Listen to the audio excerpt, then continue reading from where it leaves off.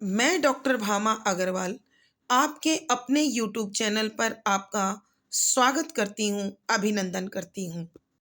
आइए प्यारे बच्चों, आज हम राष्ट्र कवि रामधारी सिंह दिनकर द्वारा रचित परंपरा नामक कविता का अध्ययन आरंभ करते हैं।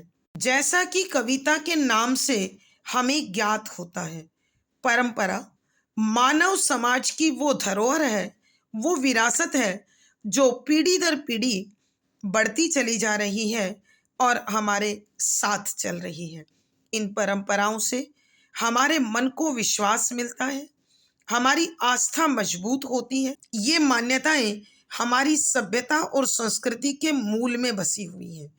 जैसा कि समय परिवर्तनशील होता है और इस परिवर्तन के साथ कुछ परंपराएं ऐसी भी होती हैं जिन परंपराओं को इस परिवर्तन के साथ अपने अंदर थोड़ा या अधिक परिवर्तन स्वीकार कर लेना चाहिए। इस कविता के माध्यम से कवि बताना चाहते हैं कि आधुनिकता और नवीनता का भूत जिन लोगों के दिमाग पर, दिल पर सवार है, वो लोग इन परंपराओं को नष्ट करने में या इनके स्थान पर नवीन जीवन मूल्यों को स्थापित करने की वकालत करते हैं। लेकिन कवि कहते हैं, हर परंपरा त्यागने योग्य नहीं होती।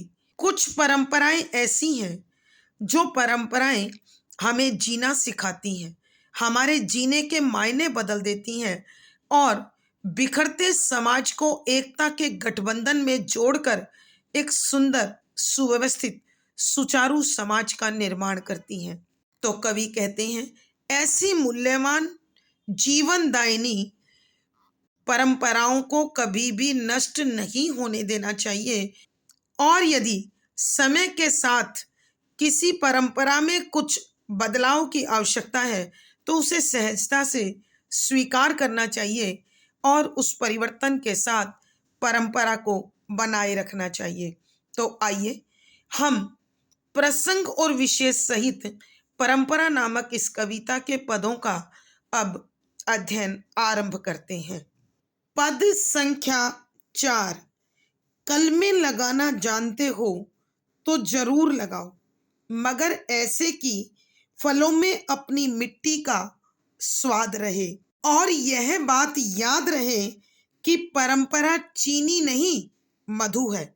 वह न तो हिंदू है न मुस्लिम है, वह द्राविड़ है न आर्य है, न परंपरा का हर प्रहरी पुरी का शंकराचार्य है। प्रसंग। प्रस्तुत पद हमारी हिंदी की पाठ्य पुस्तक हिंदी भाषा एवं आधुनिक कविता में संकलित राष्ट्र कवि रामधारी सिंह दिनकर द्वारा रचित परंपरा नामक कविता से लिया गया है। संदर्भ। यहाँ कवि मानव को अनेक दृष्टांतों के माध्यम से ऐसी परंपराओं को स्वीकारने पर बल देते हैं जो मानव समाज के लिए कल्याणकारी हैं, मंगलकारी हैं, जीवनदायिनी हैं। वो चाहते हैं कि हमारी ये मान्यताएं, ये परंपराएं आधुनिकता की भेंट न चढ़ जाएं। कहीं ऐसा ना हो कि मानव आधुनिकता के फेर में अपनी ही जड़ें खोखली कर बैठे, हिला बैठे। तो वो समझाते हुए कहते हैं कि शब्दों के अर्थ। शब्दों के अर्थ। कलम लगाना। पौधों में कलम लगाकर उसे नया रंग, रूप और स्वाद दिया जाता है। यहाँ सभ्यता में नए गुण जोड़ना जरूर, अवश्य। मधु, शहद। परंपरा लंबे समय से चली आ रही मान्यताएं अथवा सामाजिक और नैतिक नियम। प्रहरी, पहरेदार। पुरी, जगन्नाथपुरी। शंकराचार्य, मठाधीश। व्याख्या।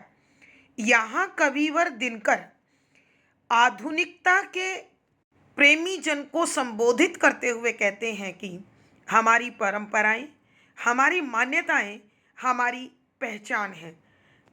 हमें ध्यान रखना होगा कि आधुनिकता के फेर में पड़कर कहीं हम अपनी पहचान न खो दें। अनेक दृष्टांतों के माध्यम से कवि ने हमें समझाया है कि कब, कहाँ, कैसा और क्यों परिवर्तन हो। फलों में कलम लगाने का दृष्टांत देते हुए कवि कहते हैं कि हे मानव, यदि तुम कलम लगाना जानते हो तो अवश्य लगाओ, लेकिन ध्यान रहे उस फल का, उस फूल का अपना वास्तविक रंग रूप खोए ना।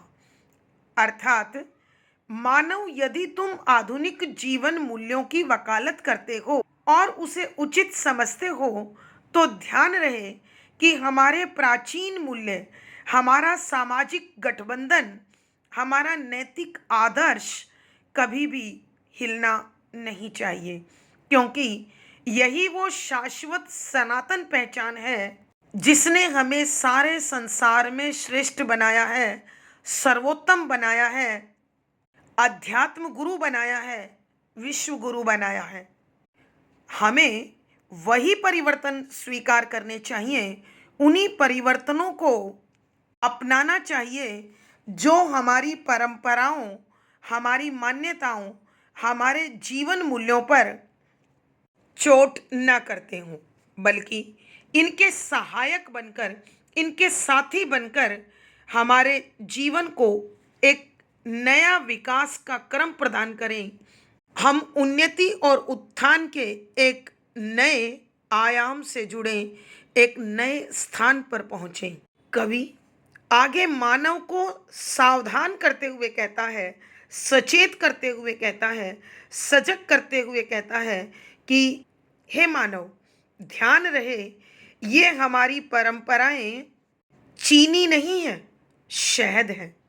जिस प्रकार शहद मधुमक्खियों के कठोर परिश्रम से और सतत प्रयास से, लगातार कार्य करने से धीरे धीरे निर्मित होता है और पूर्ण पोषक होता है, ठीक उसी प्रकार हमारी परंपराएं भी बड़े लंबे समय तक मानव समाज के प्रयासों से स्थापित होती हैं, अपना स्थान बना पाती हैं।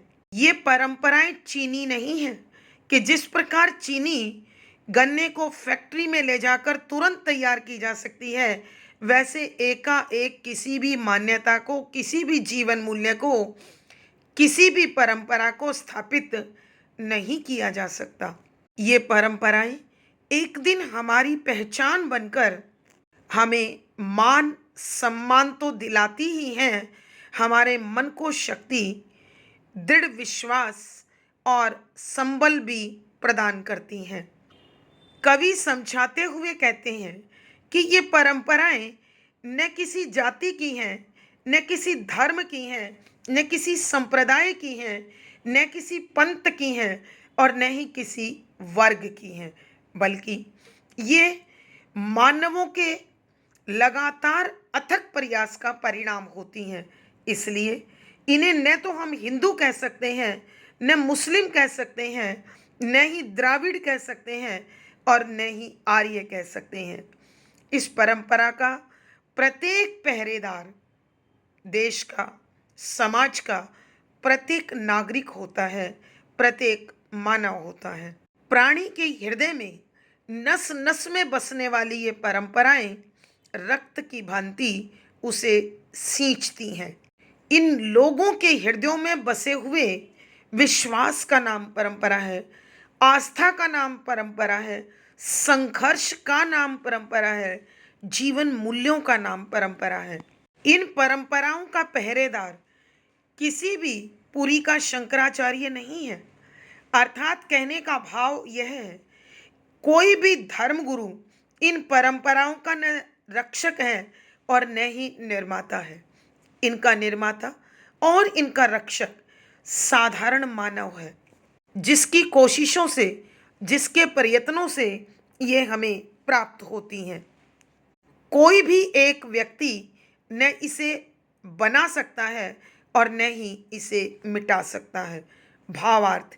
कवि के कहने का भाव यह है कि मानव यदि कलम लगाना चाहे तो सद्गुणों की और हमारे जीवन मूल्यों के अनुरूप लगाए, और ये परंपराएं शहद की भांति धीरे धीरे स्नेह स्नेह आराम से होने वाले प्रयास और अथक परिश्रम का परिणाम होता है। अतः कोई भी समाज उसे अपनी, मेरी या किसी और की नहीं कह सकता। विशेष यहाँ परंपराएं, मान्यताएं, जीवन मूल्य मनुष्यों के प्रयास से निर्मित होती है और वह हर एक व्यक्ति के लिए अत्यंत उपयोगी है, ताकि उसका विश्वास, उसकी आस्था और उसकी मानसिक शक्ति हमेशा बनी रहे, सुरक्षित रहे। सरल, सहज, प्रवाहमयी खड़ी बोली का प्रयोग है। लक्षणा शब्द शक्ति है, शांत रस प्रसाद गुण है, मुक्त छंद का प्रयोग हुआ है। यहाँ अनुप्रास, उल्लेख, उदाहरण, अपनहुति आदि अलंकारों का सुंदर सटीक प्रयोग है। आज की कक्षा में बस इतना ही। अगली कक्षा में फिर मुलाकात होगी। आशा है पढ़ा गया विषय आपको समझ में आया होगा।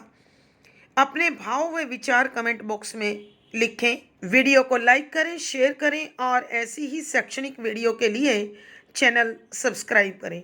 आपका दिन और जीवन मंगलमय हो, इसी शुभकामना के साथ धन्यवाद, आभार।